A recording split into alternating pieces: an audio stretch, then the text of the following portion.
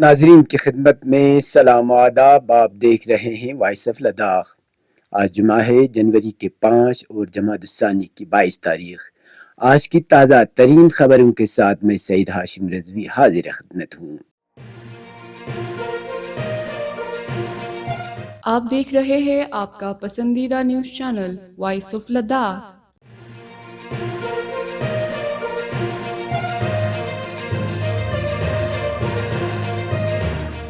شہید مقاومت جنرل قاسم سلیمانی اور شہید ابو مہدی مہندس کے چوتھی برسی کی مناسبت پر امام خمینی میموریل ٹرسٹ کے زیر اہتمام آج منجی گنڈ میں مصلی امام خمینی میں ایک پروقار تعزیتی مجلس کا اہتمام کیا گیا، جس میں ہزاروں کی تعداد میں مومنین نے شرکت کی.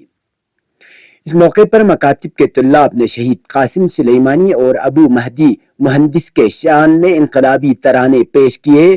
آخر میں امام خمینی میموریل ٹرسٹ کے نگراں کونسل کے ممبر الحاج اصغر علی کربلائی نے شہید قاسم سلیمانی اور ابو مہدی مہندس کے قربانیوں پر روشنی ڈالی اور سانحہ کرمان کے شہداء کو خراج عقیدت پیش کیا.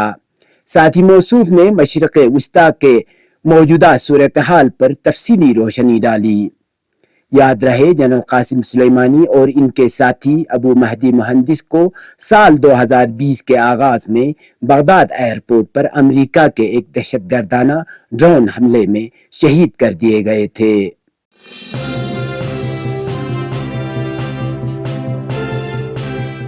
لداخ یونیورسٹی کی جانب سے ٹیچنگ اور نان ٹیچنگ اسامیوں کو پر کرنے کے مسئلے کو لے کر آج جمعہ خطبے کے دوران حجت الاسلام شیخ حمید ناصری نے یو ٹی اور یونیورسٹی انتظامیہ کو سخت تنقید کا نشانہ بناتے ہوئے کہا کہ لداخ کے اعلیٰ تعلیم یافتہ جوانوں کو یونیورسٹی میں خدمات کے مواقع فراہم کرنے کے بجائے لداخ سے باہر کے لوگوں کو بھی یہ مواقع فراہم کر رہا ہے. شیخ موصوف نے مطالبہ کیا کہ لداخ یونیورسٹی میں بھرتیاں LRC کی بنیاد پر کرنا چاہیے.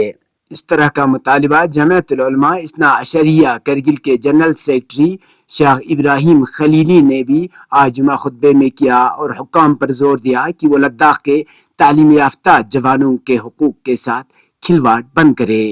ناس دو عرض بد هم يوتي ادمنستريشن لا وهم در موجوده الجيا وينتس دو چين دسنارگنا چوغو ستم چك چوغو نا انصافي چوغو ظلم چك خطه لداخ تعلیم یافته جوان کن کوئی آینده نسبت چوغو کھیلواڑ چك اسين زرچا کوم زر دو دے دخصاص دی دان څوخله جموں کشمیر می می پوسٹ کن لسان لداخ جوان کن لدانو فارمز کان سے کو دانو اپلائی با ینچین دو وہاں کہ دین سب پدو چمن سون سمندو گی جموں کشمیر کا پوسٹ پر لدان سون سے جوان لداخ جوان کن سون سے فارمز کان سے کو دانو گتس پوسٹ ان سے دو مندو دے چانا یوں سے نت کمت دی لداخ مخصوص ان میں پی دی پوسٹ مینا جموں کشمیر گامی امیدواروں سے فارمز کا منین جب بچاؤ دو لداخ جوان کن نسبت اللہ کوئی آئندہ نسبت اللہ کھلواڑ ظلم ستم.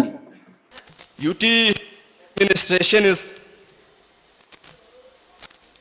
erwateshik pinsu de pons yani ngati assistant professor na associate professor bayan tas bashi chai chikpenu 6 seat tag de 6 seat pe na 3 ko o banzar balad yaw zarin sukingas tahqiq ba hisabika yani hindustan ayat kan kun kanmaz asnarik na apne bayan chai nisir si chikpo chin zarbana ST tamit abab de shok banu ladakh ST ina ya wala ST piano.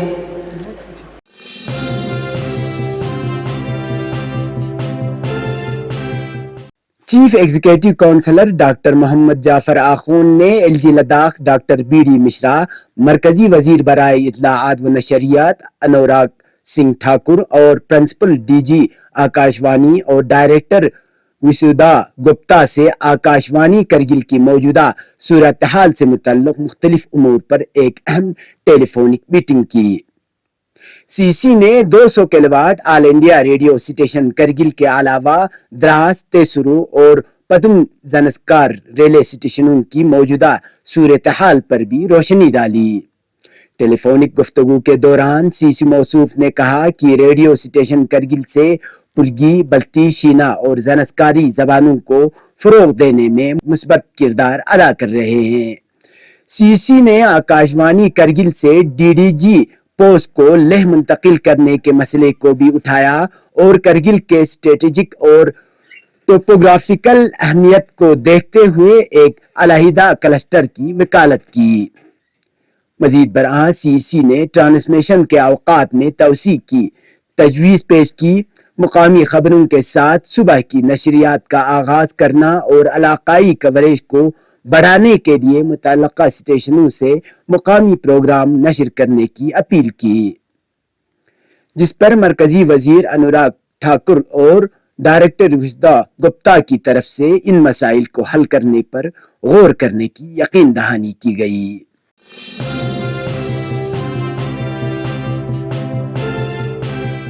قومی شاہراہ 301 کی حالت گزشتہ 3 سالوں سے ابتر بنا ہوا ہے۔ سڑک پر جگہ جگہ گہرے گڑھے بنے ہوئے ہیں، جس کی وجہ سے اس سڑک پر چلنے والوں کو مشکلات میں اضافہ ہو رہا ہے۔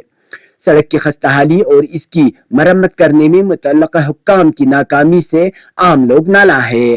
سڑک کی خستہ حالی کی وجہ سے مسافروں کو، خاص کر مریضوں کو، اس سڑک پر سفر کرنے میں مشکلات پیش آ رہا ہے، جس کو دیکھتے ہوئے ٹی ایس جی بلاک کے ڈرائیوروں نے اپنے مدد آپ کے تحت سڑک کے گڑھوں میں مٹی بھرنے کا سلسلہ شروع کیا ہے تاکہ سڑک ہموار ہو اور قابل آمد رفت ہو۔ دریں اثنا سوشل میڈیا پر جاری ایک ویڈیو میں ٹاٹا موبائل گاڑی مالکان اور ڈرائیوروں نے اپنے گاڑیوں میں مٹی لا کر سڑک کے گڑھوں میں مٹی ڈال کر سڑک کو ہموار بنانے کی کوشش کر رہے ہیں۔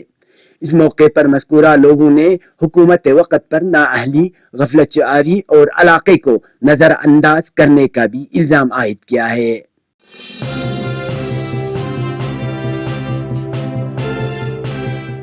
لداخ پولیس کی جانب سے موصولہ ٹریفک پلان کے مطابق آج 5 جنوری بروز جمعہ کرگل سے سری نگر اور سری نگر سے کرگل مقررہ اوقات میں دوطرفہ ٹریفک کو چلنے کی اجازت دی گئی، جس میں تمام چھوٹے بڑے گاڑیاں شامل ہیں۔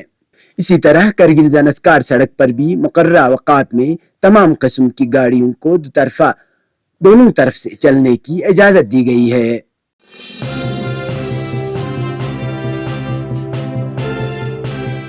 گزشتہ 24 گھنٹوں کے دوران کرگل میں درجہ حرارت -8.5 ڈگری سینٹی گریڈ درج کیا گیا۔ اسی طرح لیہ ضلع میں درجہ حرارت -10.5 ڈگری سینٹی گریڈ، زنسکار میں کم سے کم -13.1 ڈگری سینٹی گریڈ ریکارڈ کیا گیا۔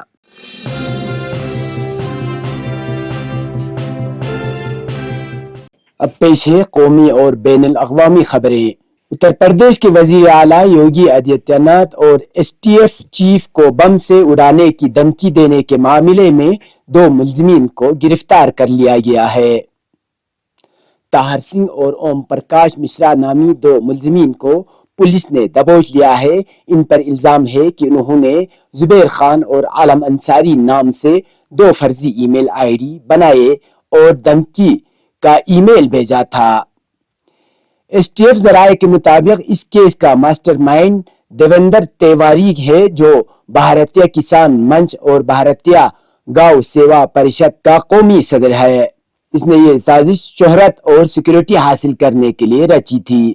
حیرت انگیز بات یہ بھی ہے کہ اس نے حماس کے خلاف جنگ لڑنے کے لیے حکومت سے اسرائیل جانے کی اجازت بھی مانگی تھی۔ پولیس اس کی تلاش میں جگہ جگہ چھاپے مار رہے ہیں۔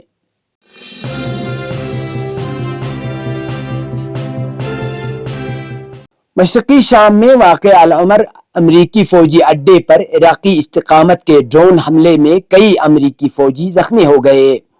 زخمی امریکی فوجیوں کو العمر فوجی اڈے سے ہیلی کاپٹر کے ذریعے شمالی شام میں اس کے دیگر فوجی اڈوں اور اسپتالوں میں منتقل کر دیا گیا ہے۔ عراقی استقامت کے حملوں کے بعد مشرقی شام میں واقع امریکی فوجی اڈوں کے اوپر امریکی ڈرون اور ہیلی کاپٹر کو پرواز کرتے ہوئے دیکھا گیا۔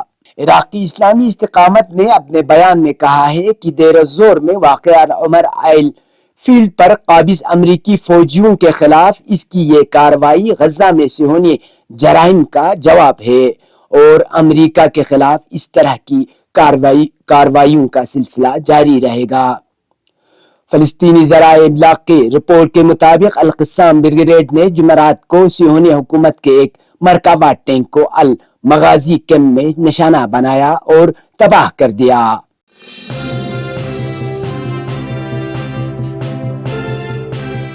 دہشت گرد گروہ داعش نے ایک بیان میں ایران کے جنوب میں واقع کرمان کے گلزار شہداء قبرستان میں ہونے والے دہشت گردانہ دھماکوں کی ذمہ داری قبول کر لی ہے۔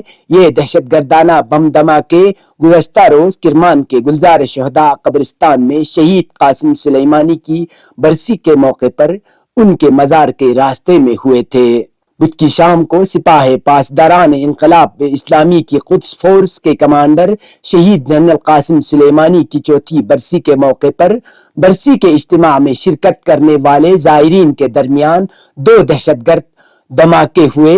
ان دہشت گردانہ بم دھماکوں میں 86 افراد شہید اور 882 زخمی ہو گئے تھے۔ یہ تھے اب تک کی خبریں۔ مجھے اور میری ٹیم کو کل تک کے لیے دیجیے اجازت۔ اللہ حافظ۔